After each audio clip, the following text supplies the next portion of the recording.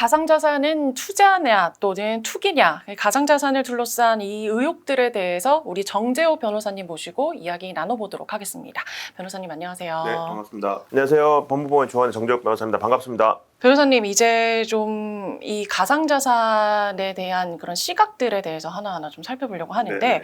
유독 투기라는 의견이 좀 강해요. 네. 왜 그렇다고 이제 보시는지. 투기라는 거는 여러 가지 측면들이 있을 것 같아요. 저도 예전에 저도 코인도 투자해봤고 주식도 투자해봤고 부동산도 투자해보는데 사실 투기와 투자는 약간 종이 한 장 차이잖아요. 그래서 이게 정말 뭐 예를 들면 묻지마 투자라는 경우에는 뭐 투기라고 볼 수도 있는 것이고, 근데 이제 가상자산과 관련해서는 조금 투기성이 강하다라고 하는 거는 첫 번째는 이제 변동성에 대한 이슈들이 있는 것 같아요.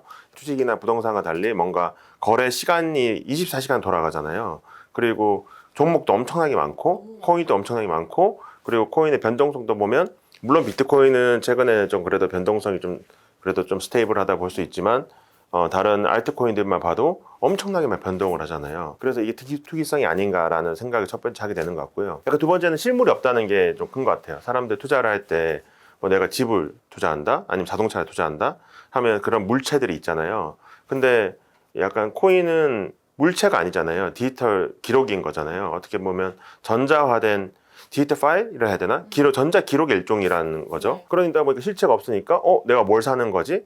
NFT만 해도 내가 뭘 사는 거지?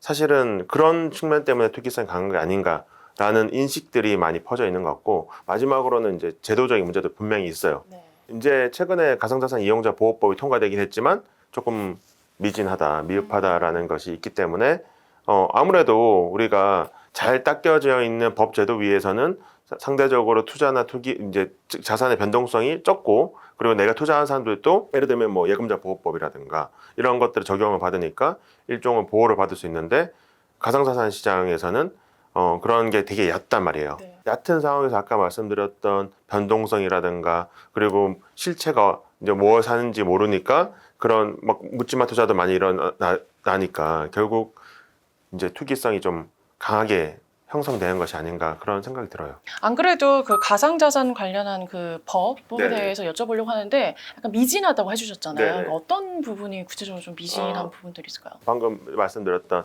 예를 들면 뭐 예금자 보호법 이런 것들도 이제 지금 적용이 안 되고, 그리고 이제 코인 관련해서 뭐 요즘에 많이 들어있었겠지만 시세 조정이라든가 네. 뭐 내부자 거래를 한다든가 이런 것들을 했을 때도 기본적으로는 적용할 법들이 없는 건 아니지만 거의 미진해요. 예를 들면 그게 사기라든가 사전자 기록 위작이라든가 이런 걸로 처벌이 가능은 한데, 우리가 이제 주식 같은 경우에는 일반적인 불공정 거래 관련 법을 두고 있거든요. 그래서 시세 조정이라든가 내부자 거래를 하게 되면 그 자체로 처벌 대상이 되는데, 코인 시장에서는 그러한 이제 규정들이 조금 미비한 거죠. 아니, 요즘도 그 시세 조정과 내부자 거래에 대한 그런 네네. 잡음이 굉장히 많은 것 같아요. 그렇죠. 요즘에 수사도 많이 이루어지고 있고, 그리고 그 수사들이 그러면 법이 미진 어떻게 수사를 하냐라는 건데, 이제 거기 그 사이 내부에서 예를 들면 뭐 배임행위 일어날 수도 있고, 또 경우에 따라서는 사기가 될 수도 있고, 이런 것들이 있는지 여부를 수사하는 거기 때문에 수사 자체는 이루어질 수 있지만, 우리가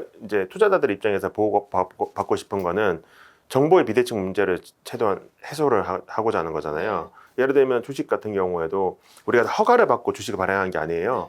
주식은 그냥 발행을 알아서 하는 거고, 그거를 거래소라는 공개된 시장에서 이제 거래를 할 때 일종의 상장 절차를 거치고 상장 관련된 룰들이 있는 거예요. 그 룰들의 주된 목적은, 회사 입장에서는 내가 회사 운영자면 내가 속속들이 알고 있잖아요. 이 회사가 제대로 된 회사인지 네. 아니면 진짜 망할 회사인지. 근데 주식을 투자하는 입장에서 그걸 모를 수가 있잖아요. 그렇기 때문에 그걸 최대한 자세히 너희가 밝혀라. 뭐 재무제표도 그렇고 등등등 그런 부과들을 하는 거잖아요. 근데 코인도 마찬가지예요. 코인도 그런 게 필요한 거죠. 그러니까 나중에 너 잘못해서 처벌해, 이것도 필요하겠지만, 사전적으로 뭔가 이제 그런 이제 우리가 니네가 뭐 하는 프로젝트인지, 그리고 이걸 투자하게 되면 나의 위험성 어떻게 되는지, 그런 것들에 대해서 좀 정보를 나도 좀 알고 싶은 거죠. 이제 그러한 제도들이 좀 필요하다고 생각이 돼요. 그 코인들이 발행이 되면서 자기들이 만든 그런 코인의 프로젝트라고 하죠. 네네. 그거에 대해 백서라는 게 있다고 하던데 네네. 그 백서에 대해서도 정보가 좀 많이 부족한가요? 백서가 뭐 예를 들면 공개가 의무화돼 있다든가, 네. 백서 어떤 내용이 뭐 들어가야 되는데 그런 게 룰이 없어요 지금. 그냥 발행자 알아서 그냥 알아서 하는 해주시면 되는 거고 거고. 투자를 하는 거고, 지금 룰이 있는 거는 지금 이제 현행법상 룰이 있는 거는 내가 가상자산을 매매나 중개나 이전이나 보관 같은 거를 영업적으로 하는 거. 그러니까 소위 거래소라든가 지갑 사업자라든가 보관업자를 하고 싶다 내가. 네. 그러면 얘네들이 이제 그 금융 당국에 신고를 해라. 그게 가상자산 사업자 신고제거든요. 네. 그것만 있는 거예요 지금은. 근데 그게 왜 있냐? 그거는 이제 자금 세탁이라고 하는 걸 방지하기 위해 있는 거거든요. 자금 세탁 뭐지라고 할 수 있잖아요. 뭐 불법적인 테러 자금이라든가 뭐 마약 자금이라든가 또는 뭐 대북 제재라든가 이러한 제재 뭐 이런 거 있잖아요. 그런 이제 자금들이 오고 가는 것들을 최대한 방지하기 위해서 이제 업자들이 스크리닝하라. 이제 그런 정도의 취지의 법이에요. 지금 특근법이라 부르기도 하거든요. 네네. 그 정도만 있는 거지 추가적인 뭐 예를 들면 업을 제도화한다는 것들은 현재는 없어요. 현재는 없고 최근에 이제 그나마 이제 그래도 이 시장을 좀 보완할 수 있는 가상자산 이용자 보호법이 통과돼서 아마 내년부터는 조금 나아지지 않을까 싶어요. 아니 그러면 지금도 그 약간 정보의 비대칭 그런 부분으로 인해서 이 가상자산을 투자하면서 그 투자로 인한 분쟁도 좀 많을 것 같아요. 엄청 많죠. 그래서 변호사님 가장 지금 생각나는 문제. 첫 번째 이제 기억이 남는 거는 이제 예를 들면 이런 거죠. 코인을 빌려줘요. 제가 기자님한테 코인 하나 빌렸어. 그럼 3,800만 빌려준 거 비슷하네. 그죠. 그냥 쉽게 말해 4천만 원 생각하고 네. 빌려줬어. 그럼 당연히 그렇게 생각해. 나 4천만 원 빌려받았고, 난 4천 빌려줬다 생각을 하는데 내년에 갚아라고 했는데 내년 돼서 비트코인 가격이 8천만 원이 됐어. 나는 분명히 1비트코인 빌려줬으니까 기자님한테 그럴 거 아니에요. 1비트코인 주세요라고 할 거고, 기자님 나는 빌릴 때 4천만 원이었는데 왜 지금 8천만 원이니까 갑자기 2배가 된 거잖아요. 내가 갚아야 되더니 눈 뒤집히죠. 눈 뒤집히죠. 이런 분쟁들이 종종 발생해요. 저도 사건을 했었고. 그럼 이거는 어떻게 해결이 될 수 있는 거예요? 계약서를 명확하게 안 쓰면 원칙적으로는 이제 비트코인을 반환하라고 법원에 판결이 나와요. 만약 비트코인 반환을 못하면 네. 현재 그 변론 종결 시점이라 하거든요. 네네. 그 재판이 그 끝나는 시점에 가액으로 배상하라고 나와요. 그럼 가액이 얼마죠? 8천만 원이잖아요. 네. 1비트코인 주든지 아니 8천만 원 주든지 이렇게 되는 거예요. 그래서 이제 다만 이제 계약에 명시적으로 예를 들면 갚을 때도 예를 들면 1비트코인 갚고 못 갚으면 빌려줄 때 시점의 시가를 기준으로 한다라는 그런 문구를 쓴다고 하면 4천만 원 주면 되지만 아무것도 없다. 계약서 아무것도 없고 그냥 서로 빌려줬고 빌려받았다는 거 오케이. 뭐 카톡이나 그런 남아있을 거 아니에요. 그럼 비트코인 돌려주라고 나와요. 그러면 그냥 8천만 원을 주는 거네요. 네, 근데 예를 들면 오늘 비트코인 4천만 원인데 내년 2천만 원이 됐어. 네. 그러면 저는 4천만 원 달라고 하고 싶잖아. 그죠. 그래서 상식적으로. 네. 근데 1비트코인을 주는 거예요. 그렇기 때문에 분쟁이 발생을 많이 해요. 이걸 잘 모르시잖아요. 모르시잖아요.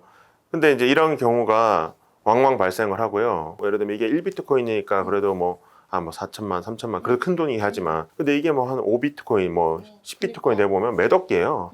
갑자기 순식간에 내가 뭐 억을 더 갚아야 되고, 어떤 사람은 억을 더 받게 되고, 이런 게 있다는 거죠. 이제 이런 게 이제 소위 말해서 이제 골 때리는 이슈인 거고. 두 번째는 여러 가지 있는데 또 이제 요건 조금 어려울 수도 있어요. 어려울 수 있지만 어떤 분들 많이 해보셨을 거예요. 그러니까 거래소별로 비트코인 가격이 달라요. 네. 코인 가격이 다. 네. 근데 지금은 아닌데 옛날에 이제 예전에 2021년도나 2018년도 이때 막 투기 열풍이 불었었잖아요. 2017년 말 이럴 때. 그럼 한국에 있는 코인 가격이 높단 말이에요. 네. 물량이 부족해가지고. 그러면 한국에 있는 비트코인 가격은 뭐 예를 들면 뭐 7천만 원, 8천만 원인데 그걸 미국에 있는 뭐 거래소에 달러로 환산하면 한 5천만 원 이렇게 한 5천만, 6천만 원 이렇게 한단 말이에요. 그래서 그거를 김프라고 불렀어요. 김치 프리미어. 그래서 그거를 뭐 알려준 사이트들도 있었어요. 네. 지금도 있는지 모르겠는데. 그럼 상식적으로 기자님 돈 벌려면 예를 들면 유학 갔다 오셨으면 미국에 계좌가 있다. 아니면 내가 계좌가 없다 하더라도 미국에 친구들이 있을 수 있잖아요. 그러면 그 사람한테 송금을 하고 야 비트코인 좀 사줘. 그 사고 난 다음 전송하는 거는 이제 인터넷에 하면 되잖아요. 그냥 전자지갑으로 금방 하거든요. 그거. 그러니까 그거를 하신 분들 많아요. 그래서 그게 김프 차익 거래. 뭐 이렇게 이야기하거든요. 한때 그게 논란이 됐었어요. 논란됐죠. 네. 그러니까 뭐 아비트리지 거래라는데 그게 그러니까 사실은 그러니까 이거 그냥 보낼 수만 있으면 무조건 돈 버는 거잖아요. 보내면 5천만 원짜리 사고 그걸 전송해서 하면 한국엔 7천만 원 팔 수 있대. 한 번 팔 때마다 2천만 원씩 남는 거야. 이거를 하는 사람들 엄청 많아요. 근데 이게 환치기가 될 수가 있는 거예요. 환치기라고 해서 뭐 다 문제되냐 그거 아니고 우리 이제 형사처벌 기준은 10억 기준이에요. 기본적으로 내가 어떠한 거래를 할 때 10억 이상의 돈을 보내면서 내가 신고를 안 했다. 한국은행이나 이런데 이제 소위 말해서 그냥 외환당국에 신고를 안 했다라고 하면 형사처벌 대상이 돼요. 1년 이하 징역 이렇게 나오는데 이제 뭐 제가 봤던 사건 이런 거죠. 이제 보냈어. 근데 누적 거래 금액이 한 13억, 14억 정도 돼요. 근데 개별 거래로 보면 다 조그마한 거래인 거죠. 이제 그래서 처음에는 이제 사실은 이게 논란이 있어가지고 이거를 형사처벌 대상이 기소를 했거든요. 뭐 저 같은 경우는 아니다. 왜냐하면 각각의 거래로 끊어서 보면 다 10억이 넘지 않고 각각의 거래가 과태료 부과 대상이 될 수 있겠지만 형사처벌 대상 아니다. 이렇게 해서 무죄를 받은 사건도 있어요, 사실. 근데 그게 그 거래 금액이 크신 분들은 네. 유죄를 받은 경우도 있고, 네. 요것도 하나의 문제가 됐었던 사건이죠. 요즘 근데 가상자산 관련해가지고 사기성이 좀 짙은 부분들도 좀 많아요. 네. 그래서 이게 투자하시는 분들이 좀 조심해야 되는 그런 부분들이 좀 있을까요? 뭐 여러 가지 문제점이 많이 발생을 하는데 법 제도 장치가 좀 미비하기 때문에 내가 투자하고 그거 잃을 가능성들이 있고 잃었을 때 보상을 받기가 쉽지 않을 수가 있다. 물론 이제 법적으로 손해배상 청구를 하거나 민사소송을 다 하면 돼요. 근데 그거 말고 우리가 이제 주식이라든가 부동산 거래라든가 또 예금 이런 것들은 그냥 보호장치 주고 있잖아요. 예를 들어 저축은행 망했다. 그래도 예금자 보호법 따라서 5천만 원까지는 보장을 받잖아요. 네. 그리고 주식 같은 경우에도 뭐 이제 예를 들면 뭐 각종 뭐 알람 장치들이 또 두고 있고 그리고 거기에 대해 시세 조정하는 사람도 다 처벌하고 뭐 이런 것들이 있잖아요. 근데 가상자산 시장에 대해서는 그런 예금자 보호법 관련된 내용이라든 그런 것들 적용이 안 된단 말이에요. 네. 그리고 실제 뭐 사건들도 최근에 터진 거 보면 갑자기 뭐 출금 중단한다 이렇게 하면 답이 없는 거예요. 그러면 소송해야 되는 거예요. 네. 소송하면 그러면 이제 예를 들면 이렇게 생각하는 거지. 이제 자 비트코인을 내가 소유하고 있다 생각하시잖아요. 근데 소유권 대상이 아니에요. 비트코인은. 그러니까 우리가 소유한다는 거는 물건에 대해서만 소유권 인정하거든요. 기본적으로. 네. 예외도 있지만 물건은 뭐냐? 유체물 만질 수 있는 거하고 전기예요. 근데 코인 만질 수 없잖아. 그래서 코인은 소유권 대상이 일단 안 돼요. 이제 법 개정이 안 됐기 때문에. 이제 그럼 뭔 상관이야? 이렇게 이야기할 수 있잖아요. 그러면 예를 들면 뭐 거래소가 망했다 또는 뭐 투자업체가 망했다 보건업체가 망했다 내 비트코인 내 소유권이야라는 게 아니고 나는 그 업체들한테 일종의 채권을 갖고 있는 거예요. 네. 돈을 받을 수 있는 그냥 일종의 채권자. 그러면 문제가 뭐냐? 그 사람 거기 파산하잖아요. 다른 사람과 똑같은 순위로 그냥 보상을 받는 거예요. 안 분해가지고. 예를 들면 제가 제 자동차 이렇게 맡겨뒀잖아요. 내 거잖아요. 그럼 여기 보관업체가 망해도 이 자동차 내 거잖아. 자동차 보관업체 거 아니잖아. 근데 비트코인은 그게 아니게 되는 거예요. 여기가 비트코인을 가지고 보관하고 있는 거고 나는 거기에 대해 반환 청구권을 가지니까 생각보다 좀 보호받는 게 조금 그러네요. 쉽지 않을 수가 있는 거죠. 아니 아까 전에 말씀드린 출금 중단 사태가 요즘도 되게 그게 논란이 되고 있어요. 가상자산 예치 서비스 업체들 뭐 델리오 뭐 이런 데가 먹튀했다 얘네. 그래서 먹튀 의혹이 지금 밀고 있는데 이 먹튀라고 봐야 되나요? 아직은 이제 좀 지켜봐야 될 것 같고요. 물론 이제 양측 다 뭐 어떤 곳에는 뭐 지금 소송을 하기도 하고 또 대응을 하기도 하니까 그건 조금 지켜봐야 될 것 같고 뭐 제가 판단할 수 있기에 너무 정보가 좀 부족한 것 같고요. 네네. 그래서 이제 지금 그런 사태들을 우리가 봤을 때 생각보다 그런 사태가 발생할 수도 있고 그리고 내가 투자한 가상자산 어떻게 운영됐는지 잘 몰랐던 거 아니에요. 그거를 공시할 의무도 없고 리포트할 의무도 없고 그리고 그걸 운영하는 업체들이 뭐 바스프라고 아까 가상자산 사업자 신고를 한 업체도 있지만 안 한 업체도 있고 신고를 했다고 하더라도 이게 뭔가 우리가 일반적인 그 주식시장의 자산 운용사처럼 뭔가 라이센스를 받고 하는 거하고 다르단 말이에요.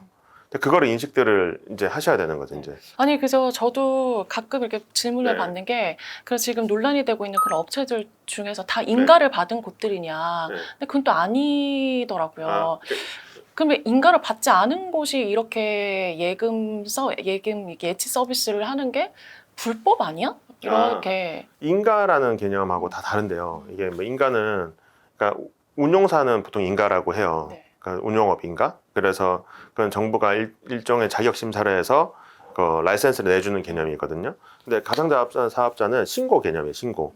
우리 영업 신고하는 거, 음식점 다 신고하잖아요. 신고는 원래 그냥 내가 이렇게 합니다 하고 신고하는 거예요. 왜 신고하냐면 아까 말씀드렸던 자금 세탁, 돈 세탁을 막아야 돼요.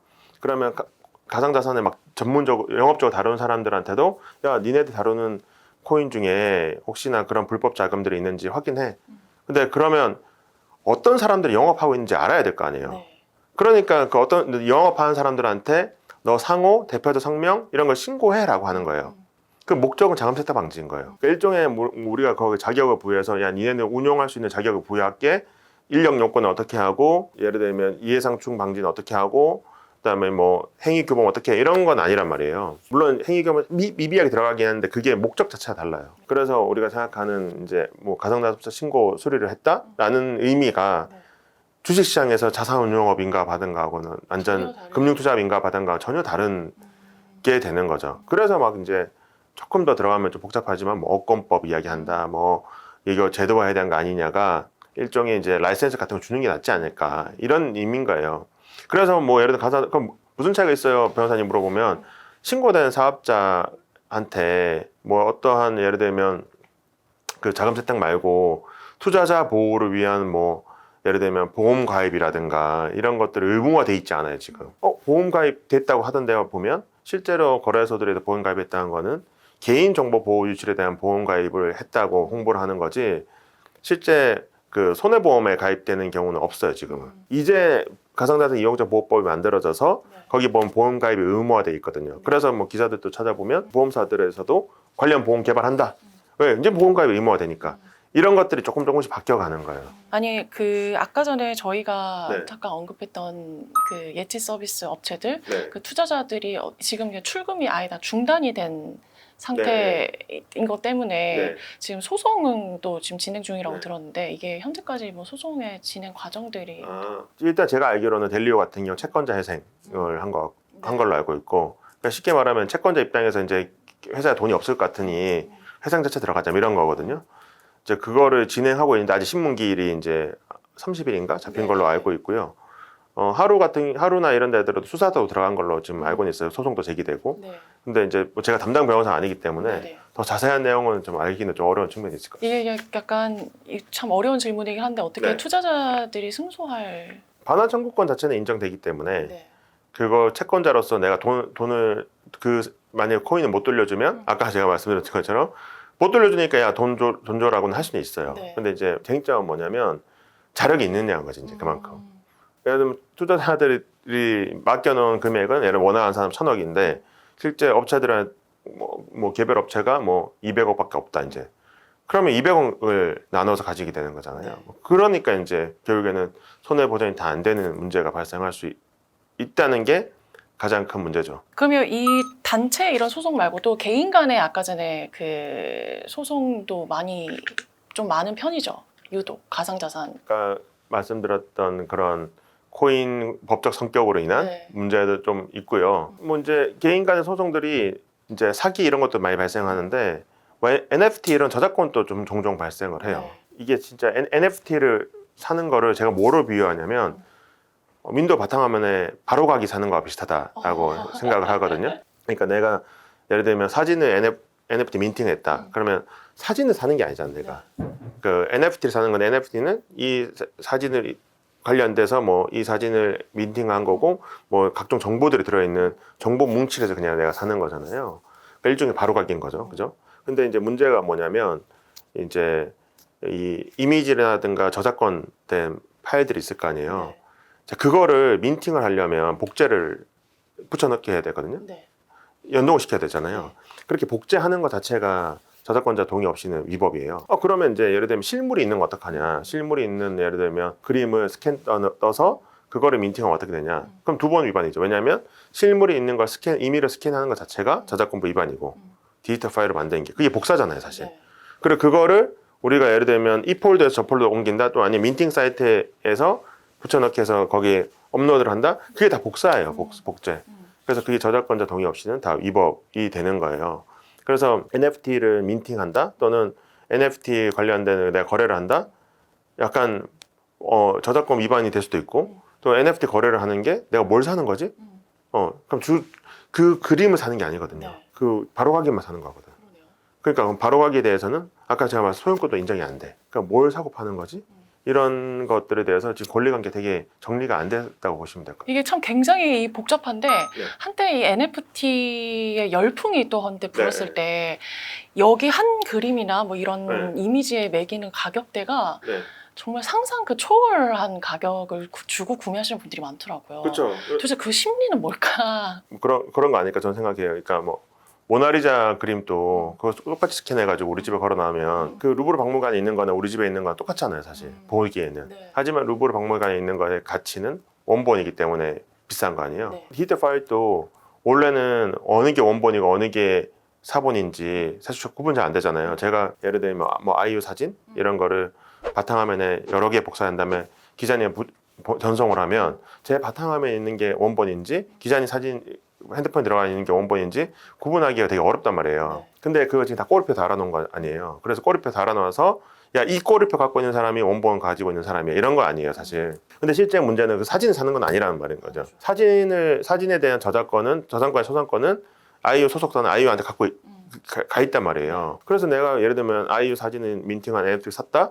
그거를 활용해가지고 뭐 영리적인 행위를 할 수 있다고 착각을 해가지고 뭐 아이유 사진 뭐 우리 식당에 걸어놓고 이러면 초상권 침해다. 저작권 침해고. 그래서 내가 NFT를 산다는 게 의미를 오해해서는 안 된다라는 거죠. 그러면 저 이런 것도 좀 궁금해요. 네. 그 변호사님. 아니면 그 가상자산에 네. 대해서 좀 많이 다루시다 보니까 유독 이거 법을 위반한 사례들도 굉장히 많을 것 같거든요. 분쟁을 포함해서. 네. 그런 사례들 중에서 우리 구독자님들이 좀 알아두면 좋을 만한. 법 위반이요? 네. 뭐 아까 이제 외역환 거래법은 일반적인 개인 투자자 입장에서 많이 이제 문제될 수가 있는 거고요. 내가 법을 위반하기보다는 법 위반 이거 속는 경우가 많죠. 그죠. 쉽지 않기 위해서가 이제 유사추신 같은 경우가 제일 많은 것 같아요. 두 개 엮여가지고. 그러니까 실제 이제 통계 자료 같은 거 보면 2017년부터 2022년 4월까지 이제 가상자산으로 이제 검색해서 나오는 형사 판결문 건수가 한 4,600건 정도 돼요. 그 중에 2,400건, 약 절반 이상이 사기로 이제 처벌이 된 사건이고, 약 한 300건 정도, 200건대 후반 정도가 유사추신이에요. 유사추신이 뭐냐면은 나한테 돈 맡겨놓으면 내가 원금 플러스 알파 줄게. 예를 들면 200% 300% 수익을 줄게. 이런 거예요. 근데 그런 것들에 대해서 혹할 수는 있는데 좀 의심해 보셔야 되는 거예요. 코인을 했기 때문에 이번에 아닌 경우도 있어요. 네. 하지만 그게 돈이었다면 다 위법이거든요. 그거는 그런 수신 행위는 은행만 할 수 있는 거예요. 소위 말해서. 네. 그래서 코인을 예를 들면 불려준다? 라는 업체들이 있으면 항상 리스크가 있다. 그래서 그거에 대해서는 조심해라. 단순 봉환이 아니라 뭐 또 투자하면 100% 200% 줄게. 이런 것들에 대해서는 좀 조심할 필요가 있다. 그런 사건들이 엄청 많거든요. 그리고 그런 것도 갑자기 궁금해서 이렇게 여쭤보고 네. 싶은 게 요즘 시중 은행들이 네. 이제 가상자산 네. 쪽 진출을 많이 한다. 네. 그래서 뭐 토큰 증권 네. 이렇게 했는데 용어가 헷갈린 것 같아요. 네네. 그럼 이 비트코인 거래소가 하는 이 비트코인은 뭐고, 그럼 이 은행들이 하는 이 토큰 증권 이거는 뭐지? 라는 생각을 네네. 하실 수 있을 것 같은데 네네. 이것도 한번 용어 정리 좀 해볼까요? 용어들이 다 법이 이제 막 만들어진 지 얼마 안 되고 하다 보니까 용어들이 막 난무를 해요. 일단 뭐 암호화폐라고 쓰신 분들이 계실 거고, 네. 그죠? 가상화폐라고 쓰신 분들이 계실 거고, 가상통화, 그다음에 또 가상자산, 가상자산. 또 암호자산 이런 용어를 쓰신 분들 계실 거예요. 처음에 이제 거슬러 올라가면 우리나라에서 처음에 이제 이 비트코인 등장했을 때 업계에서는 암호화폐라는 용어를 썼고 정부에서는 가상통화라는 용어를 썼어요. 근데 그 이유는 뭐냐면은 비트코인 백서를 한번 인터넷 구글로 하면 금방 나오거든요. 보면 P2P 전자화폐 시스템이 돼 있어요. 그러니까 한국말로. 영어로는 P2P, Peer to Peer, 뭐 일렉트로닉 캐시 시스템 이렇게 돼 있거든요. 그러면 이런 거죠. 예전에 좀 나이가 있으신 분들은 소리바다라고 아시려나? 네. 아세요? 압니다. 나이 소리바다. 있으실 것 같은데? 소리마다 자주 사용했습니다. 토렌트 뭐 이런 거 하시는 네. 분들, 아니 웹하드 이런 거 하시는 분, 아니 그런 P2P 사이트로 음악도 서로 공유할 수 있고 영화도 공유할 수 있는데 왜 돈은 공유 못해? 이런 개념이잖아요. 근데 어려운 이유가 잘 곰곰이 생각해 보시면, 자, 불법 다운로드 받을 때 문제가 뭐죠? 불법적으로 복사를 하는 거죠.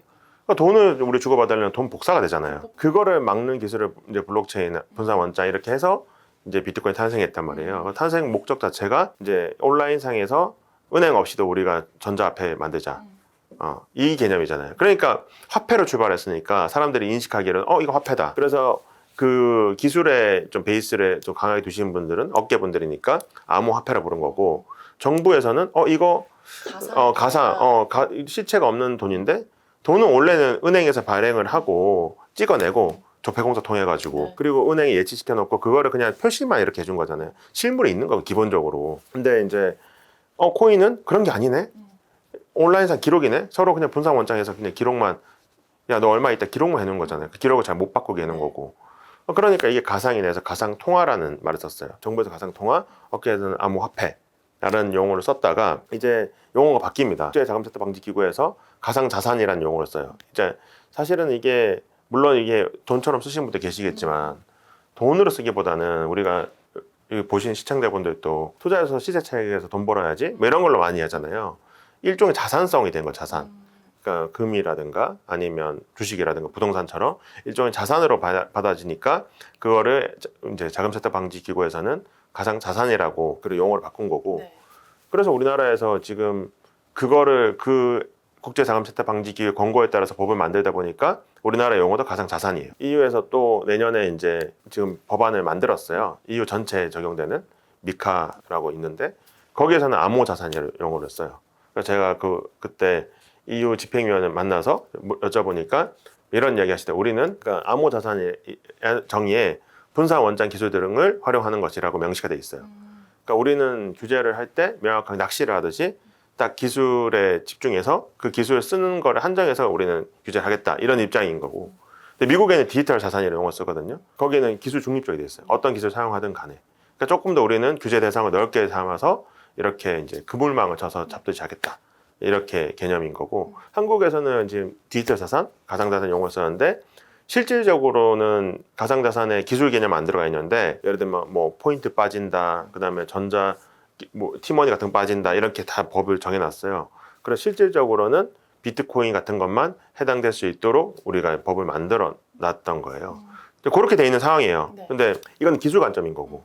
근데 아까 토큰 증권 막 이런 얘기 했잖아요. 코인은 코인인데 코인 중에서 보니까 야, 그 코인 가지고 있으면 예를 들어 뭐 배당을 받는다든가 아니면 뭔가 누군가한테 뭔가 청구를 할 수 있대. 네. 이런 거는 어떻게 보면 이제 권리 뭔가 배당권 또는 뭐 아니면 뭐 지분 비슷하게 이렇게 가지게 되는 코인들이 있는 거예요. 그런 것들에 대해서는 우리가 업계에서는 이제 증권형 가상자산 이렇게 불렀단 말이에요. 네. 구분해가지고.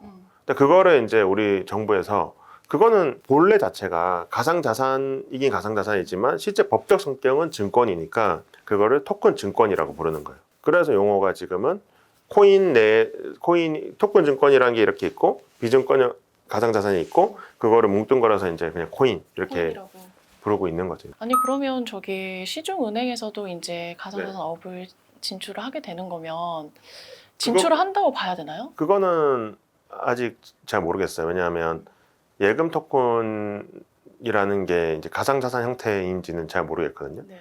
왜냐하면 이게 전자화폐도 있고 선부전자지급수단도 있고 그것도 사실 포인트에서도 OK캐시바 이런 것도 다 비슷하잖아요. 네. 그렇다고 그걸 가상자산이라 부르진 않거든요. 그거는 법에서 그거는 아예 전자화폐, 선부전자지급수단 가게 돼 있기 때문에 뭐 시중은행에서 뭐 실험적으로 한다는 것이 코인이냐라고 했을 때는 그거는 물음표예요. 왜냐하면 그 내용들을 조금 더 봐서 이거는 전자화폐일 수도 있고 선부전자지급수단이 있기 때문에 이제 그거를 반드시 코인하고 연동시켜서 보는 거는 좀 오해 나올 수 있다라고 생각이 들어요. 그리고 또 코인의 종류 중에서도 비트코인이 있고 이더리움이 있고 그걸 제외한 나머지 코인은 알트코인이라고. 그냥 뭉뚱그려서 부르는 거죠. 근데 또 이거를 알트코인이라고 부르지 않고 그 좀 안 좋은 용어로 또 부르시는 분들도 있더라고요. 그래가지고 이 알트코인 관련된 그 문제나 이런 것도 좀 더 많이 대두가 되는 것 같아요. 이게 약간 이 알트코인이 좀 투기성이 짙다고 좀 보면 되나요? 다른 코인들에 비해서? 문제가 이제 어떠한 코인이 좋은 코인이고 어떠한 프로젝트인 건지를 알 방법이 많이 없다는 거예요. 근데 물론 업계에 계신 분들은 어차피 그 분산 원장이 다 공개가 되니까 괜찮은 거 아니라고 하지만 이제 뭐 비트코인처럼 발행자를 특정할 수 없는 거라면 뭐 그런 이야기가 이제 통할 수가 있는데 실제 이제 사건을 같은 거 하다 보면 발행자 어떻게 누가 다 알 거 그냥 기술만 그렇게 잠깐 차용해가지고 뭐 이렇게 코인이나 토큰 형태로 만든 경우가 있단 말이에요. 그러면 사실은 이제 누가 발행했는지 어떤 목적인지 잘 모르는 경우가 많아요. 그걸 구분 안 되기 때문에 그렇게 안 좋은 용어로 쓰는 것 같아요. 이제 거기에 대해서 평가 업체도 나오기 시작하고 또 이제 지금 우리나라뿐만 아니라 유럽이나 이런 데서도 법 제도를 이제 강하게 들어오다 보니까 아마 이제 점차 이제 걸러질 거라고 예상은 하고 있는 그런 상황인 거죠. 이 알트코인에 투자하는 게 어떻게 네. 괜찮다고 보십니까? 그거는 뭐 투자는 본인 책임이니까. 근데 이제 좀 유의를 할 거는 이제 가상자산 관련해서는 코인 관련해서는 이제 투자 위험성이 크다. 그러니까 단순히 그냥 투자 위험성이라는 게 투자를 해서 만약에 사건 사고가 발생했다. 그때 대처하는 것이 이제 보호 장치들이 많이 없다. 물론 변호사 찾아가고 소송하고 하면 돼요. 근데 그런 수고스러움들을 다 하셔야 되는 거죠. 이제 그런까지 감안을 해서 본인이 감당할 수 있는 수준 내에서 한번 뭐 해본다는 거는 괜찮을 수 있겠지만 너무 무리하게 뭐 담보로 잡아가 투자한다든지 그런 것들을 했을 때는 안 좋은 상황이 터질 수도 있는 거죠. 너무 많은 것 같아요. 특히나 네. 젊은 세대에서 그냥 한탕주의라는 표현까지 쓰이고 있는 것 같더라고요. 그냥 모든 돈을 뭐 빚을 다 끌어 모아가지고 이 코인에 딱 넣어가지고 나는 여기서 한 번에 다 근데 얻겠다. 그건 또 조금 지난 이야기 같아요. 제 생각에는. 지금은 좀 안 그렇죠. 지금은 워낙 금리도 높아지고 분위기도 안 좋아서 제 생각에는 그런 한 2021년도에는 그랬고 많은 사람들이 또 돈을 벌기도 했고 잃기도 했는데 지금은 그런 분위기는 아닌 것 같고 아무래도 좀 관망하는 분위기가 좀 큰 것 같고요. 네. 그러다 보니까 사실은 코인 시장 예전 같이 막 활발하진 않아요. 네. 또 이 흐름들 자체가 어떻게 보면 미국이나 이런 데서 보면 제도권으로 점차 넘어가는 분위기도 좀 있고 우리나라에서도 이제 좀 양분해서 토큰 증권에 대해서는 일정한 제도권 내에도 더 이제 좀 장치들을 만들려고 하고 있는 것 같고 비증권형 가상자에 대해서는 이제 가상자 이용법에서 그것도 마찬가지로 제도권에 포섭시키려고 하고 있는 건데 투자자 입장에서는 예전만큼 막 그렇게 투기 열풍이 센 건 아닌 것 같아요. 그래서 이 질문을 제가 변호사님한테 해도 되나 이게 모르겠는데 요새 지금 마지막으로 이제 가상자산이 향후 전망을 이제 여쭤보려고 하는데 요새 잠깐 문득부터 들려오는 소리가 1억 갈 것 같다. 1억 갈 것 같다. 이런 말이 너무 많이 나와요. 어떻게? 뭐 제 전문 분야도 아니고 해서 그냥 뭐 저도 주변에 듣는 거는 이제 금 지수랑 비슷하게 간다. 네. 일종의 온라인 금이 대가 아닌가 그렇게 분석하시는 교수님들이 좀 계신 것 같아요. 그래서 이제 특히 그러니까 다른 알트코인 잘 모르겠고 비트코인은 일종의 이제 위험 해칭 수단으로서 기능하는 측면도 있다 분명히. 항상 가치가 변동해요. 환율 같은 거 보시면. 그래도 우리는 워낙 우리 금융당국은 환율을 유지시켜 잘 노력하고 있는데 마레한테나 이런 데 가면 막 장난 아니거든요. 막 떨어지고 막 그런 게. 그래서 사람들이 월급 받자마자 막 물건 사잖아요. 왜냐하면 조금만 갖고 있으면 더 떨어지니까. 그런 데에서는 이제 리스크 해칭 수단으로 비트코인 같은 게 활용될 수도 있는 것이고 또 금융 시스템이 좀 미비한 나라도 있잖아요. 그러면 은행 못 믿을 수 있어요. 차라리 분산 원장을 믿는 거지. 그런 이제 국가들에서는 비트코인 활용도가 있을 수 있고 또 부자인 국가들에서도 부자들이 자기 자산의 일부를 항상 뭐 예를 들면 부동산도 갖고 있을 거고 주식도 갖고 다 많이 있을 거 아니에요. 그중에 일부만 이제 비트코인도 갖고 있어 보는 거죠. 왜냐하면 다른 이 가격 형성이 된다면 그 나름대로 그 다른 가격 형성되기 때문에 리스크 해칭이 되니까 그런 측면에서 이제 비트코인 시총 워낙 크고 하니까 그런 거시적인 경제 흐름에 따라서 가격이 좀 움직이는 측면도 크다라고 분석하시는 분들도 있고요. 물론 저는 그게 전부는 아니라 생각해요. 왜냐하면 바이낸스라든가 또는 뭐 리플 소송이라든가 이런 가상자산 시장 자체의 이슈도 시장 가격에 영향을 미치기 때문에 그 두 가지 요소를 좀 복합적으로 봐야 되지 않을까라는 건데 저도 뭐 투자를 잘한 거 아니고 많은 손실을 입었기 때문에 뭐 제가 드린 말씀은 아닌 것 같아요. 어디에 투자하셨는지 여쭤봐도 될까요? 보통 비트코인 샀다가 요즘에는 작년부터는 거의 투자를 안 해요. 비슷하실 것 같아요. 다들 왜냐하면 금리 높아지고 여유 자금이 없어지고 하다 보니까 내가 이걸 투자하기에 너무 좀 그만큼 돈이 자금이 리스크 있는데 투자하기가 두려운 거죠. 작년부터 아마 금리가 올라서 다들 비슷한 생각이 아닐까 싶어요. 저희 아버지도 투자를 하셨다가 네. 큰 손실을 입으셔가지고 네. 그만하세요 투자. 네, 그러면 그 가상자산시장 장기적으로 봤을 때는 그래도 확실히 전망이 좀 밝다 이렇게 좀 봐도 될까요? 그게 뭐 투자의 측면에서 좋은지 안 좋은지는 제가 판단할 능력이나 그런 건 안 되는 것 같고 법 제도는 많이 발전하고 있고 제도권 내에서 우리 이제 투자자분들을 안심하고 거래할 수 있는 환경을 조성하기 위해서 지금 정부가 노력하고 있고 그게 일정한 법으로 이제 만들어지고 있다. 이런 거는 말씀드릴 수 있을 것 같아요. 가상자산을 보다 안전하게 또 투자하기 위해서 변호사님과 함께 하나하나 또 알아보는 그런 좋은 시간이었던 것 같습니다. 변호사님 감사드립니다. 네, 감사합니다. 네.